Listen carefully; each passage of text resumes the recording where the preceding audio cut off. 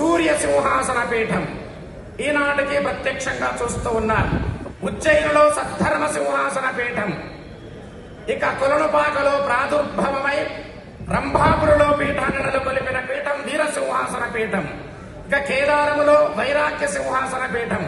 కనుక వీరశైవ ధర్మంలో పృథివ్యప్తేజో వాయు ఆకాశములు ఏ విధంగా పంచభూతాత్మకమై ఉంటాయో, నమశివాయ అనే పంచాక్షర మంత్రంలో 5 ఉన్నాయో, ఇవన్నీ కూడా ఆయా మంత్రములలోని ఒక్కొక్క అక్షరం ఒక్కొక్క పీఠానికి మూల మంత్రమై ఉన్నది.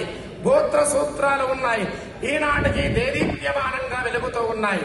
మరి ఆ క్రమంలో 12వ శతాబ్దంలో మహాత్మా బసవేశ్వరుల వారు అలా క్షీణించిపోతూ ఉన్నటువంటి వీరశైవ ధర్మాన్ని విశ్వ వినీల ఆకాశములో తన యొక్క వచన సాహిత్యం ద్వారా పునరుజ్జీవింపజేశారు. ఏ విధంగానంటే తాను గృహస్థాశ్రమ ధర్మంలో ఉన్నాడు కనుక ప్రధానమంత్రి అయి, ఆర్థిక మంత్రి అయి, దండనాయకుడిగా వచన సాహిత్యాన్ని సృష్టించాడు. బ్రహ్మాండము దాటెను నీ మకుటము, పాతాళము దాటెను శ్రీచరణము. ఈ విధమైన వచనాలు ఎన్నింటినో ఆ మహాత్మా బసవేశ్వరుల వారు మనకు అందించారు. ఈ యుగమానోత్సవం యొక్క ప్రధాన ఉద్దేశ్యం కూడా వీరశైవ ధర్మం అనేది వేరుగా లేదు అనేటటువంటి ఉద్దేశ్యమే, ఆ సందేశమే ప్రతి సంవత్సరం కూడా అందజేయడం జరుగుతున్నది. అందులో భాగంగా ఈనాడు దేశకాల పరిస్థితులను అనుసరించి కేవలం ధార్మికంగా ఎదిగితే సరిపోదు, రాజకీయంగా, సామాజికంగా, ఆర్థికంగా ఎదగడానికి మనమందరం సంఘటితం కావాలి అనే ప్రధాన ఉద్దేశ్యంతో, అందరినీ ఐక్యం చేయాలనే ఉద్దేశ్యంతో యుగమానోత్సవ కార్యక్రమాన్ని ప్రతి సంవత్సరం ఘనంగా జరుపుకుంటున్నాం. కనుక భక్తాగ్రగణ్యులారా, ధర్మ అర్థ కామ మోక్షములలో చివరిదైన మోక్షం అనే పదం వీరశైవులకు కరతలామలకం.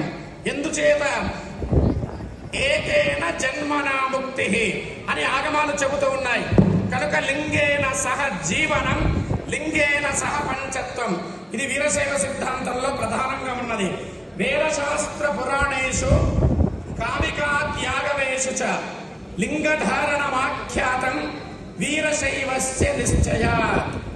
మీరు లింగాయత్ అనే పదం వాడినా, వీరశైవం అనే పదం వాడినా, మనము బసవాది శివశరణ పరంపర ఎవరెవరున్నారు?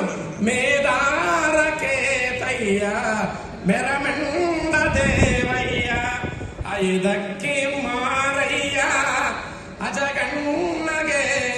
ఇది చాలా పెద్ద పాట, గణపాదస్తవం.